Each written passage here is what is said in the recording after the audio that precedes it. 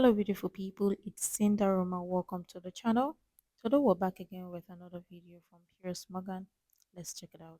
With a clip from Jon Stewart, who's back doing the Daily Show on Comedy Channel once a week. And he said this about the commercialization of Pride. I mean, he made some very interesting points. He talked about Burger King with their Pride Whopper, made with 2 equal buns, Skittles colourless Pride pack declaring only #One Rainbow Matters, and an Oreo ad showing a family overcoming a father's deep conservative values with a rainbow painted fence. And he said that's the burden corporations must bear, he mocked. They care almost too much about the human condition, often finding themselves in the crosshairs of ideologues and fundamentalists, but they stand by their values, sometimes for a couple of months. And that was a response to Target, who, of course, abandoned what they were doing after the backlash. We saw the same thing with Bud Light and Dylan Mulvaney, and so on, indicating it may all just be virtue signalling.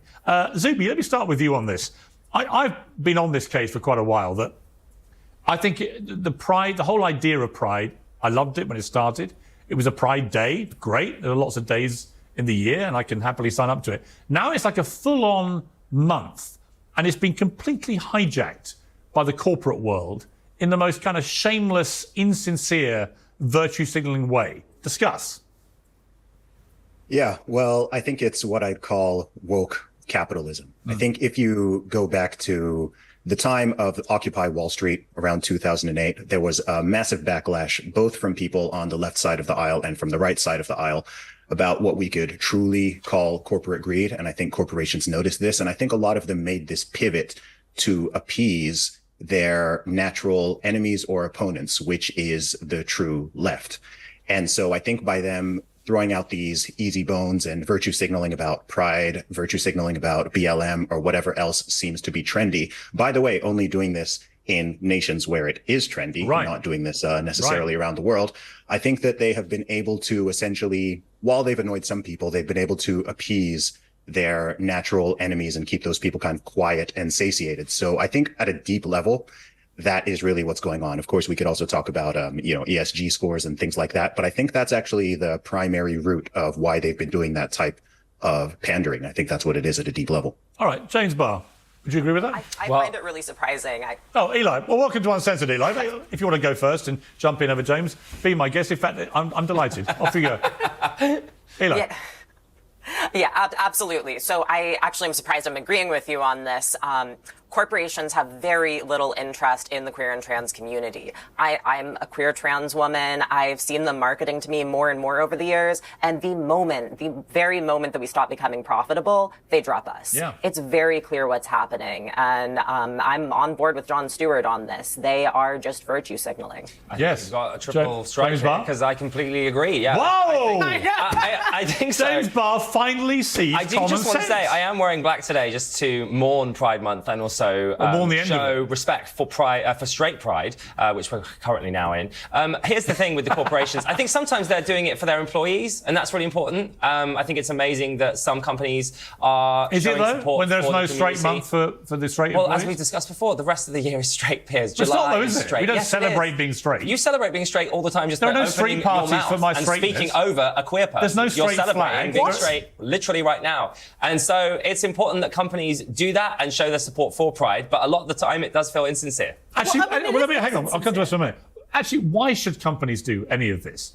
When did it become this thing that companies feel the need to lasso themselves to endless causes or campaigns? It never used to happen. When I buy a beer, I don't care that the beer company wants to put a rainbow flag out there to signal their virtue, particularly as they won't be doing it in the Middle East, where homosexuality is largely illegal, or in large swathes of Africa, or in places like that. So there's a hypocrisy and double standard with these global companies, where they'll only do it in places where actually it's easy. Well, it's crumbs, isn't it? They're just giving us crumbs. So why and accept unfortunately, that? They're motivated by the people that work in the companies. It's not because of some great outcry from I think sometimes consumer it base. is to do with the people that work at the company. No, it's not. It's all the thing. time. But why do that's always the case. Companies always want to look good when they're not paying people enough money or when they're not doing the right thing. a side issue, but like, look at during BLM, I was getting emails from ice cream companies telling me how proud that they are that I'm black. First of all, how do they even know that? And secondly, how is that relevant? I think this idea that they can get away with doing pride flags in countries where it's not illegal, but then you see KFC not doing that in India or in sub-Saharan Africa is ludicrous. And it actually shows the moral depravity in these countries. Well, it reminds me of the Just Stop Oil protesters. So you never see the Just Stop Oil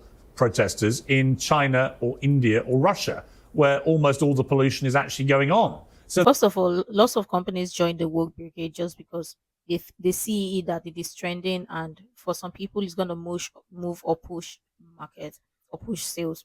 Obviously, lots of people really do not care which face or whoever you use or put front in your business or product or whatever. People really do not care. They don't even care what they do in their bedroom. All they care about is let them get their product or their shopping, or they are getting something or an item from a particular company, and they are good. As long as they are getting the value for what they spend their money on, they are good to go. But obviously with the work brigade, people always want to see one thing or see something. If you don't belong here, you have to belong here. And they just want to divide people. They just want to put whatever agenda or whatever they do all up on people's faces, and forcing people to believe in it. It's not making sense, obviously, because people are tired and people really do not care. People just want to, after the day's job or day's work and whatever, and the stress and all of that, people just want to enjoy their time. And if there is a product out there, they want to get it. If they like it, they want to get it. But the fact that you're forcing people to say, oh, you're using some particular ideology, pushing it onto people to boost sales, it doesn't make sense. Since when did some companies get involved in this woke brigade, or just get involved in what is popular, or get involved in propaganda? We get it that lots of people or lots of companies usually or before now just want to be in the middle, and that is the fair way for them, or has been working for them. But of course, people just want to join or want to be part of what is trending or what is popular.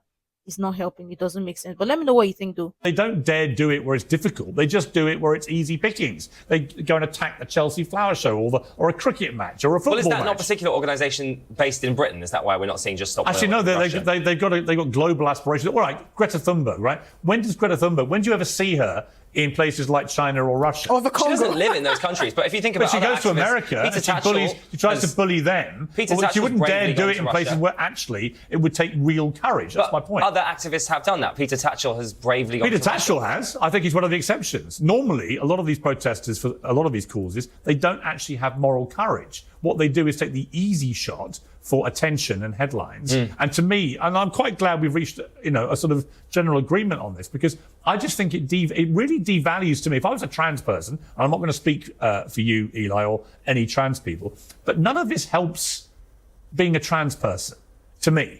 All it does is kick up culture war after culture war after culture war. That is so rich coming from you. Sorry, Eli, I would love to see them give trans people raises. That would actually be doing something to help us. Say that again? I would actually like to see them give their workers better wages. That would help us a hell of a lot more than slapping a rainbow flag on some of their products and trying to sell it to markets in the US. So actually do things. It's not really helpful. Right, so actually do things which can forge genuine equality and fairness for trans people, which is what we should all aspire to get, right? Exactly. I mean, on that point, though, given you've not been on Uncensored before, we've debated this a lot with other guests, particularly James. How do you feel, given that trans people want fairness and equality, how do you feel about the issue of trans athletes in women's sport, given that it's so obviously, to me and many other people, unfair and unequal? Oh, here we go. Well, let's leave it to the experts. The different associations have agreed on different standards for different sports. It's all very relative. A recent study actually found that we're too harsh on trans people in sports and require too long of a transition to a point where the equivalent cisgender person would be at a disadvantage. So it's complicated. It needs to be drawn out by the actual sports authorities rather than politicians or pundits. So if a 6'5" 230-pound biological male boxer puts their hand up and says, "I would like to compete in women's boxing," would you be happy with that? There are 6'5", 300-pound cis women too. Can they not compete? They don't have the same physiology as a biological male.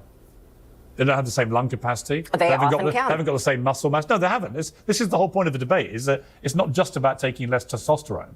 You have as Caitlyn Jenner has articulated very well, you have an inbuilt superior physiological advantage over biological females. That's the problem. Now, I want trans athletes... Not necessarily. Estrogen... Look, estrogen absolutely wreaks havoc on our muscular systems, on our ability to perform in sports. And there's a reason that the rules are so strict, because it does greatly affect our capacity to participate. Well, we'll disagree. Yeah, I think this is where a lot of the backlash against the so-called trans community comes from, because we all agreed on that first point that this is pandering and this is companies trying to make money and so on. But when people start coming to arguments about biological males competing in female sports, and by the way, notice the conversation only happens in one direction, and there's a specific reason for that. Nobody is concerned about men's sports or boys' sports. And that is because we're biologically different. And I just think that this is the reason why this conversation has raged on for so long. It's these type of ridiculous, frankly, demands that affect women, affect half of the population, particularly those who play sports. And that's where people just get lost. And I think that's where a lot of the backlash or resentment actually is stemming from. I think in the West, most people at this point don't really care. Go ahead. I'm going to go. I'm the only trans person here. This isn't about sports. It's about a gateway for the right to begin banning trans people from access to certain programs. I'm not right wing. That's not true. I'm not right wing. So how do you figure that? No, it's well, not. you It's not certainly a have right-wing views on trans folks. I don't have right-wing views on trans folks. I just said to you, I want trans people to have fairness and equality and the same human rights as everybody else. And even if you don't personally consider yourself on the right, it's still a gateway into banning trans people. No, I don't want to ban trans people. I would like trans people to either compete against their own biological sex, which seems to me the easiest thing to do, or they compete in a new section altogether of trans athletes. What's wrong with that? Yeah, so a new separate but equal league is what you're saying. Can I jump in here? The solution for this is very simple, and we've had the solution, as far as I know, for about a century. And this is simply to have an open sports league and a female-only sports league. A lot of what people call men's sports is not even explicitly men's sports. Anyone is allowed to participate, but because of the biological and physiological advantages men have, if you take the fastest, the strongest people in the world, the best endurance, they're all going to end up being men. That's how it's going to stack up, which is why if you want females to be able to participate in sports, you need to have a separate league, because they can't compete in an open competition against men. I agree. It's so refreshing to hear common sense in this conversation finally. And Zubi here is speaking straight facts and straight truths. But let's be honest. For me, what I just have to say is companies, they should stick to being neutral and stick to their products or whatever. Nobody really cares about them involving themselves in politics, in trends, or in people's sexuality or whatever. Nobody freaking cares. And we have to be honest with that, because lots of the time they lose relevance when they become involved in politics or trends or people's sexuality. Because excuse you, what is my business with somebody's sexuality, or what is my business with what you have going on or what you're doing in your bedroom? It's not my business. If I like a particular product, I want to get it. I'm not getting it because somebody is coming to portray or push their sexuality to my face. It's not making sense. It's not helping. And lots of people are drifting away from those lots of companies are drifting away from the essence of them producing good products, or their products, or the market per se, or because they want to sell or they want to make profit. So obviously this is trending. This is the perfect avenue to be part of a particular brigade, so let them join into it. Nobody freaking cares, but all of a sudden people just want to go woke. It's not helping the society. But again, talk about trans whatever ideology and all of that. There is nothing like a cisgendered woman or cisgendered man. Please, all we have is biological men and biological women. It's that simple. But again, I'm completely for having a separate category for the trans people, which if they are so for inclusion, then they should also be supporting this. I don't think is a big issue, but let me know what you think. Let's move on though, because there's another part of Pride I wanted to talk to you about. I'll start with you, James, on this. That there is a suggestion that it's jumped the shark. And the reason for that, and we've got some examples of this, in Seattle, a convoy of completely naked bike riders and roller skaters had some questioning just how family-friendly the event was. You got kids there watching this. In San Francisco, Pride had a fetish zone where a man lying in an inflatable pool of urine, where attendees were encouraged to urinate on him. Other booths featured participants getting spanked, whipped, and initiating sex acts on each other, all in public. And in Toronto and New York, the politics of Palestine and Israel took over, with queer, as they call themselves, protesters preventing the parade from progressing along its designated route by sitting in the middle of the road. So a lot of people saying that it's going too far. Now, James, I would say it does go too far when people do that. I mean, if you want to actually make Pride a family thing, which many people want it to be, how can you allow that kind of stuff? You've given me a lot to respond to there, Piers. I would say in Germany right now at the Euros, there are English fans walking around with their dicks out, pissing in the street. I think if you go to Sweden, there are naked people everywhere, like in saunas, and it's completely fine. You're and normal. comparing the fetish zone I'm San saying Francisco that there's a naked bike ride in London very regularly, and kids walk past that naked bike ride. What you're doing is you're trying to make this a massive war against queer people, but actually this is just I don't want a war with queer people. This is all people. I actually and in San protect, Francisco, where some of those people were naked at Pride recently, it's actually legal to be naked in events like that. So if you're taking your children to that, then that's on you. That's not on the queer community. Right. And as I said, this isn't just queer people. This is all people. I think you touched on a point that all sort of movements can devolve to become a congregation of the mentally unwell. Yes, that is fine. But each community Why is it unwell to be naked? You're mentally unwell if you're walking out in public naked. Yes, why is that mentally unwell? Because you're mad. So you're Why saying people in Sweden you don't have that clothes are in your naked house in saunas, is that mentally unwell? Yeah, I think if you're leaving your house, Just because you have shame about your body. Yes, I have shame. I'm sorry, I was raised properly. I have shame. I don't leave my house naked. I was raised properly. I have shame. Yeah, I have That's shame. Terrible, I have a sense of Esther. shame. I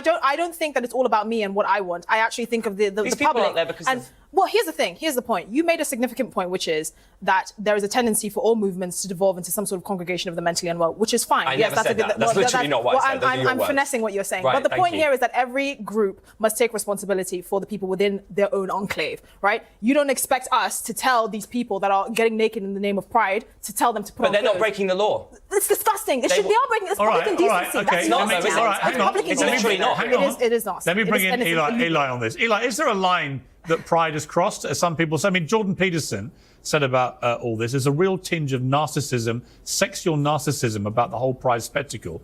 Do people have the right to express their sexuality? That is really bold. Let me finish his quote. Do people have the right to express their sexuality the way they see it, to some degree, if it's consensual and among adults? But generally among human beings with any degree of civilized comportment whatsoever, it's a pretty damn private affair.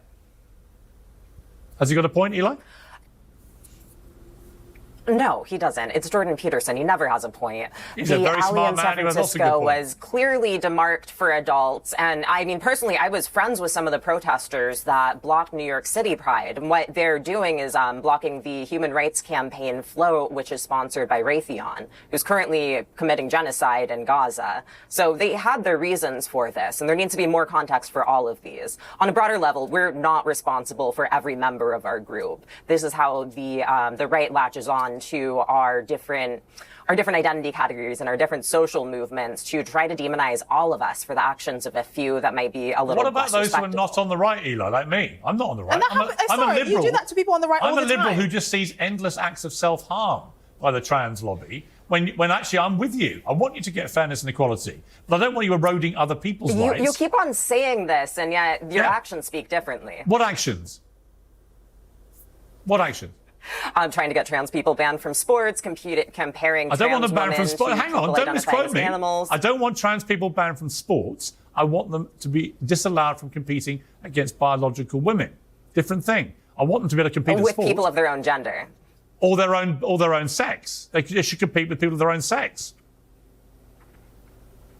I think I just saw a head. That is exactly the type of talking point that in 20 years we're going to be looking back at and regretting. Really? So you think in 20 years' time in the Olympics? So to be clear, then, in the Olympics, you would have just open Olympics. Open season. Sex is irrelevant. Gender irrelevant. Everyone just competes against each absolutely. other. I would too. Really? So do you understand? Well, everyone just can. Eli, do you understand that by doing that, you literally end the Olympics? It's all over because only men would win. Do you understand that? That's why we separate them. I don't want to take this down. Now, hang on. I want Eli to respond. You literally are destroying the Olympics for anyone who's not a man. Well, that's a very grandiose vision of it. But Not really. Not really. If you look at the Times and the results of men Olympians against women Olympians, you will see that in almost, I think, 98% of all the events, men are so far ahead of women on speed, on power, and everything, every other discipline. Women and would that's never, why, that's women why would we never, separate it by women would never categorization. women would never win a medal again at the Olympics if you had your way. Is that what you want? That's very sexist. No, it's do you know that the it's a first physical. woman Hang on, it's not sexist. Do you know the first woman that hang on, James, swam I'll the come to you. channel? I'll come to you. It is not sexist. It is a fact. It's why we separate the sexes. When Megan Rapinoe finished her career playing the soccer team, American women's soccer team, she then said that she'd be happy to see a trans woman competing in the women's team, right? Which is fine because it wouldn't take her place. But if you allowed trans women, football players, soccer players, to compete, and enough of them began to do this, there would be no biological women left in the women's national soccer team because they would be physically Well, trans superior. people already have the right to do that, and you're not seeing the results that you say you would be seeing.